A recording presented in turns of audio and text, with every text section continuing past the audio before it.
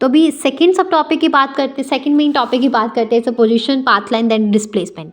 तो सबसे पहले इसमें आ जाता है हमारे पास, हाँ, फ्रेम ऑफ, हम बात करेंगे सबसे पहले इसमें पॉइंट ऑब्जेक्ट की। पॉइंट ऑब्जेक्ट क्या होता है? अगर साइज जो है ऑब्जेक्ट का बहुत ज़्यादा छोटा है, डिस्टेंस जो उसमें मतलब मूव कर रहा है, डिस्टेंस मूव्स, तो it's considered as a point object. जैसे railway carriage moving without a jerks between two station, monkey जो है sitting on the top of a man, cycling smoothly on a circular track. Clear है? अभी एक होता है frame of reference. Frame of reference क्या होता है? वो प्लेस जहाँ पे मोशन जो है ऑब्जर्व्ड और मेजर की जाती है, उसको फ्रेम ऑफ रेफरेंस बोला जाता है। जैसे कार्टेशियन कोऑर्डिनेट जो है system with the clock, the reference point at the origin. उसके बाद इसमें हमें टाइप्स ऑफ मोशन के बारे में इसी वीडियो में इस टॉपिक में बताया गया है।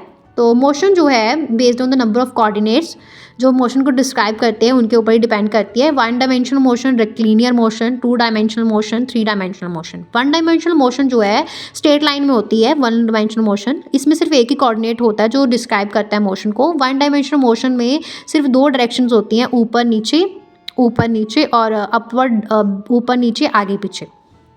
ओके, जैसे एक कार मूव करती है स्ट्रेट रोड में, फीलिंग फॉलिंग बॉडी। अभी टू डायमेंशनल मोशन जो है, ये मोशन जो है इसको टू डायमेंशनल मोशन जो प्लेन में होती है उसको बोला जाता है। दो कोऑर्डिनेट्स इसमें चाहिए होते हैं मोशन को रिप्रेजेंट करने के लिए। जैसे कोई कार मूव करती है प्लेन ग्राउंड में, जैसे बोट जो है moving on a still lake. और थ्री डायमेंशनल मोशन जो स्पेस में हो, और इसको रिप्रेजेंट करने के लिए तीन कोऑर्डिनेट्स चाहिए होते हैं। जैसे कोई गैस मॉलिक्यूल्स जो है मूव करता है, कोई फ्लाइंग बर्ड है, ये सब। उसके बाद इसमें आ जाता है अभी पाथ लेंथ। पाथ लेंथ क्या होती है? लेंथ ऑफ द पाथ जो कवर किया जाता है किसी ऑब्जेक्ट के द्वारा, उसको पाथ लेंथ बोला जाता है। टोटल डिस्टेंस जो है ट्रैवल किया जाता है बाय द ऑब्जेक्ट, और इसको पाथ लेंथ कहते हैं। पाथ लेंथ एक स्केलर क्वांटिटी है, इसका मैग्नीट्यूड होता है बट कोई डायरेक्शन नहीं होती है। फॉर एग्जांपल पाथ लेंथ जो है, कार जो मूव करती है ओ से पी की तरफ और फिर वो मूव करती है पी से क्यू, तो वो हमारे पास आ जाती है 360 + 120 इज इक्वल टू 480 मीटर। क्लियर है? अब इसके बाद डिस्प्लेसमेंट इसमें बताया गया है। ओके, इसका एक दो सब टॉपिक है, पाथ लेंथ हो गया, सेकंड है डिस्प्लेसमेंट। तो डिस्प्लेसमेंट के बारे में क्या बताया गया है कि ये change of position in a definite direction. Displacement एक वेक्टर क्वांटिटी है, इसका मैग्नीट्यूड भी होता है, डायरेक्शन भी होती है। ये पॉजिटिव भी हो सकती है इसकी वैल्यू, नेगेटिव भी हो सकती है, जीरो भी हो सकती है।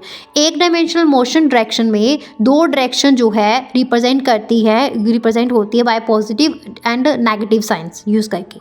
अगर मल्टीप्लाई 1 एंड मल्टीप्लाई 2 जो है पोजीशन है ऑब्जेक्ट्स की, एक T1 और T2 मतलब x1 और x2 जो है ऑब्जेक्ट की पोजीशन है टाइम T1 और T2 में, तो displacement in a time interval हमारे पास आएगा delta T equals to T2 minus T1 और is given by delta x equals to x2 minus x1।